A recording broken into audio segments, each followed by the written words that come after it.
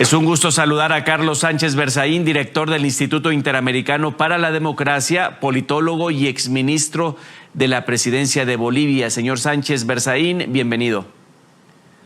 Mucho gusto, buenas tardes, un saludo a usted y a toda su importante audiencia. Ya desglosamos un poco, pero de entrada, ¿cómo explicamos que China, Rusia e Irán impacten en las Américas, que se expandan acá? El tema es que a partir de los efectos, a partir de la realidad que se presenta, que es la que usted describe, hay que buscar la causa. Y la causa en las Américas, en el siglo XXI, de que esto suceda, es que en las Américas existen dictaduras. O sea, existen regímenes que no son democráticos, que violan los derechos humanos, que no respetan el Estado de Derecho, que no respetan la soberanía popular, que tienen presos políticos y exiliados políticos y que a partir de eso son una organización de delincuencia organizada transnacional. Y estas dictaduras que están bajo la jefatura de Cuba se han instalado en el siglo XXI en Venezuela, en Bolivia y en Nicaragua. Pasó por ahí el Ecuador con Correa, pero ya ha retornado a la condición democrática. O sea, son los estados bajo sometimiento dictatorial los que permiten la entrada y el crecimiento en las Américas, en el hemisferio occidental, de las dictaduras de China, de Rusia y de Irán.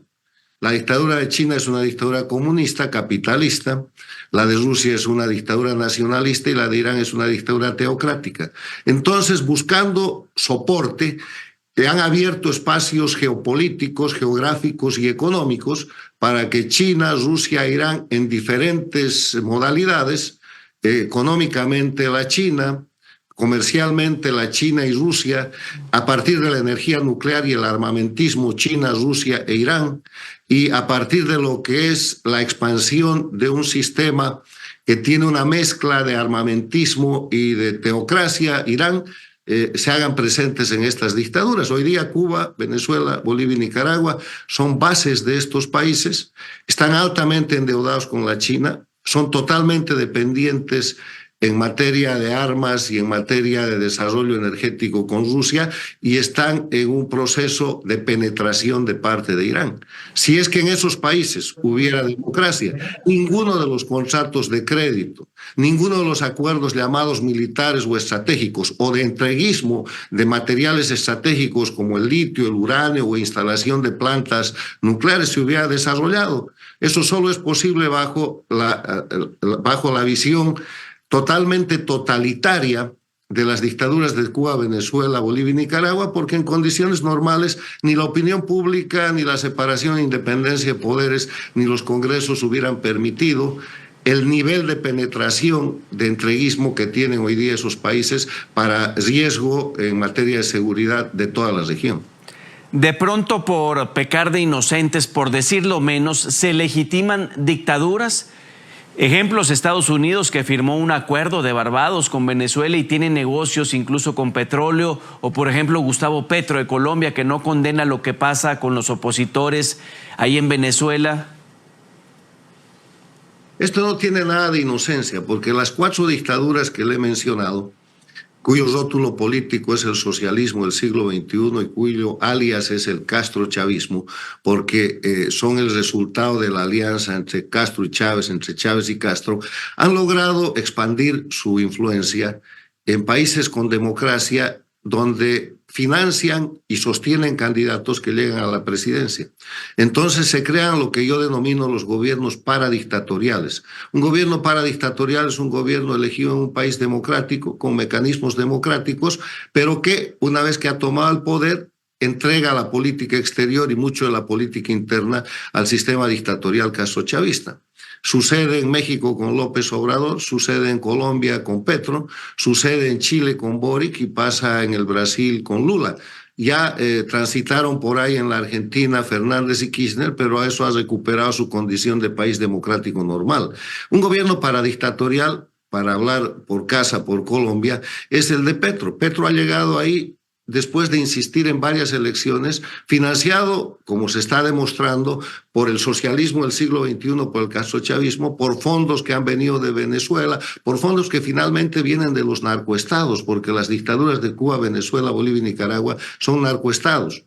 Y una vez que toma el poder, empieza a aplicar la agenda de entregar Colombia, de someter la democracia colombiana a los dictados transnacionales de las dictaduras. Parte de eso es la agenda de la cual ahora se está hablando en Colombia, de la constituyente, con la que han sometido a Venezuela, con la que han sometido a Bolivia, con la que han fracasado en Chile, la que intentaron en el Perú con Castillo, y ahora están tratando de llevar adelante en Colombia. Entonces, los gobiernos paradictatoriales son parte de este sistema y no es una coincidencia. Hoy día Colombia ha entregado totalmente su política internacional al sistema dictatorial del socialismo del siglo XXI, es declarada antiimperialista, proclama la legalización de las drogas, ha roto relaciones con Israel, soslaya la invasión de Rusia a Ucrania para favorecer a Rusia. O sea, están totalmente alejados de lo que sería una política nacional de los intereses de Colombia. Lo mismo pasa con México, Brasil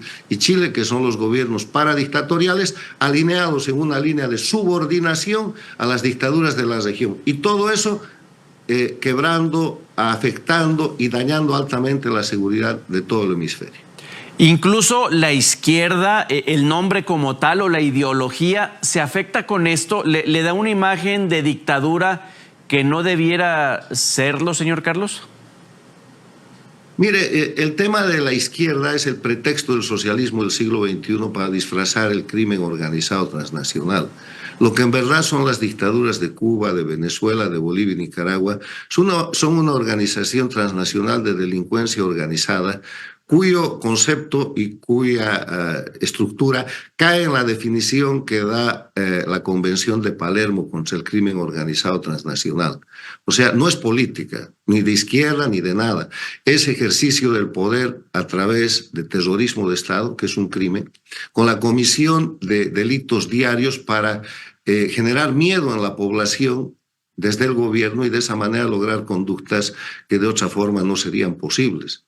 Ese terrorismo de Estado trae consigo presos políticos, exilio político, muertos, asesinatos y la constitución de narcoestados, a partir de los cuales Cuba, Venezuela, Bolivia y Nicaragua tienen la necesidad de mantener a los grupos que detentan el poder indefinidamente y están dispuestos a hacer cualquier cosa por eso. O sea, eso, el rótulo, la pantalla, el disfraz es izquierda, socialismo del siglo XXI, pero en verdad es delincuencia organizada transnacional definida por la Convención de las Naciones Unidas contra el crimen organizado transnacional.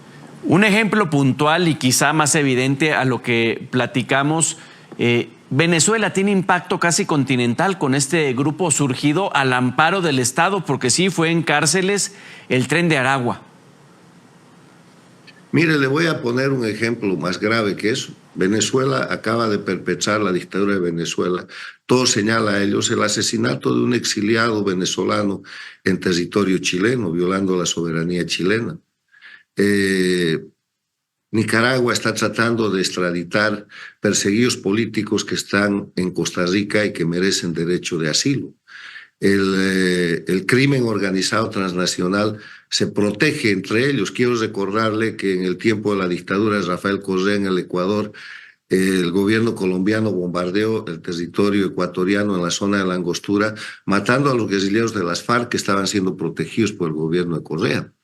Y quiero decirle además que en Colombia se ha producido el fenómeno extraordinario de que hoy día los delincuentes, los criminales de las FARC tienen posiciones en el Senado y en el Congreso, y la gente que ha luchado contra el crimen organizado está sentada en los tribunales de justicia como acusados.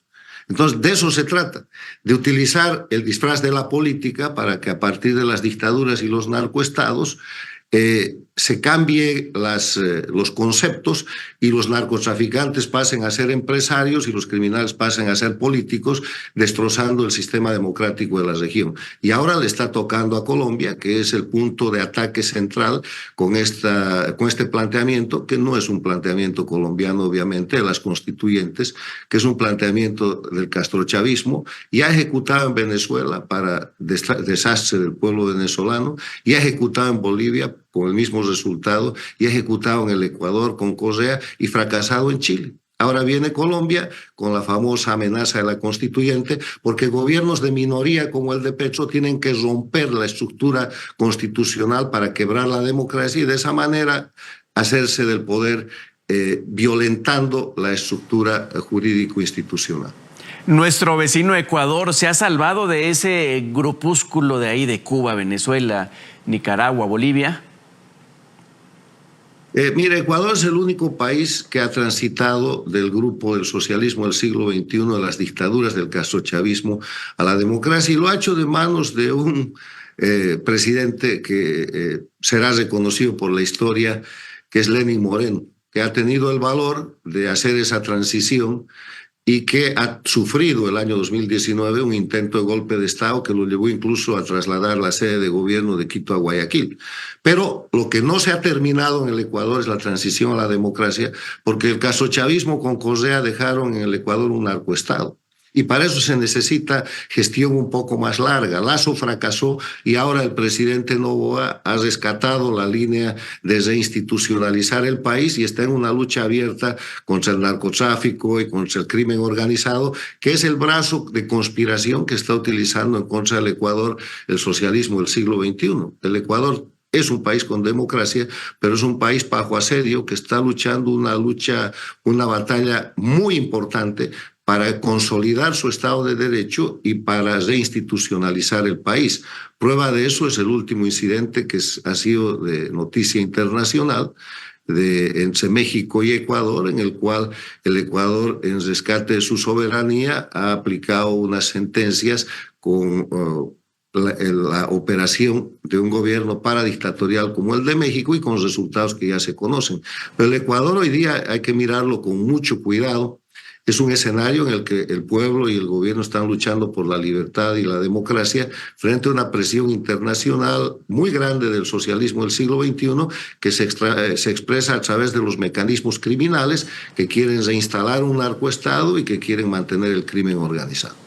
Carlos Sánchez Berzaín, director del Instituto Interamericano para la Democracia, politólogo y exministro de la Presidencia de Bolivia. Gracias por estos minutos aquí en la tarde. A usted, un saludo.